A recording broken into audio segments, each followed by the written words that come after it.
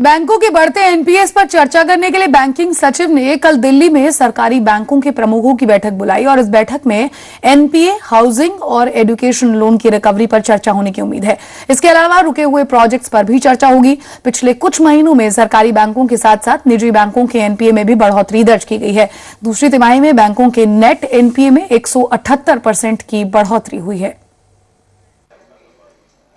Bank बढ़ते NPA से पीछा छुड़ाना चाहते हैं, लेकिन एनपीए की बिक्री में ही अड़ंगा लग रहा है। सबसे बड़ी वजह है कि बैंक और एनपीए खरीदने वाली एसेट रिकंस्ट्रक्शन कंपनियों के बीच वैल्यूएशन को लेकर बात नहीं बन पा रही है। एनपीए से ज्यादा रिकवरी के लिए बैंक बुक वैल्यू पर 25 से 40% तक ही डिस्काउंट दे रहे हैं, जबकि एसेट रिकंस्ट्रक्शन कंपनियां 50 से 60% वैल्यू के ऊपर खरीदना नहीं चाहती। दूसरी वजह यह है कि आरबीआई के नए नियमों के बाद एसेट रिकंस्ट्रक्शन कंपनियों के लिए हर एनपीए के नेट एसेट वैल्यू का 15% तुरंत जमा कराना जरूरी हो गया है। पहले खरीदे गए एनपीए के नेट एसेट वैल्यू का केवल 5% ही तुरंत देना पड़ता था। There is a pricing difference between the bank and the ARC. When we value the assets, we find that the 150 which is being declared by the bank is not exactly 150. It will be much less than that. And the bank also would have provided for its accounts depending upon the level or classification of the NPA. So there has to be a match between the bank's price and the ARC's price. NPA की बिक्री में कमी का अंदाजा इस बात से लगाया जा सकता है कि इसकी डील वैल्यू काफी घट गई है।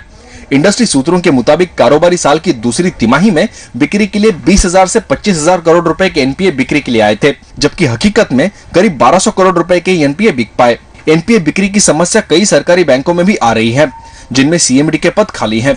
सूत्रों के मुताबिक Indian overseas bank, bank of Baroda, Canara bank, oriental bank of commerce, syndicate bank और यूनाइटेड बैंक ऑफ इंडिया में सीएमडी न होने से इनके एनपीए की बिक्री पर फैसला नहीं हो पा रहा है।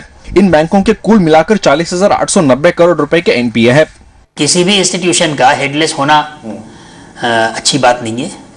वो एक सर्टेन ड्रिफ्ट पैदा करता है और उसके बाद जो लैक्सिटी या लूजनेस आ जाती है उसको वापस खींचने में बहुत समय लगता है। बैंकिंग एक्सपर्ट्स के मुताबिक एनपीए की बिक्री में मुश्किल की एक बड़ी वजह यह भी है कि रिकवरी का अनुपात घट रहा है। अमोल देठे, जी मीडिया, मुंबई। फिलहाल वक्त तो एक छोटे से ब्रेक का, जल्द हाजिर होते हैं।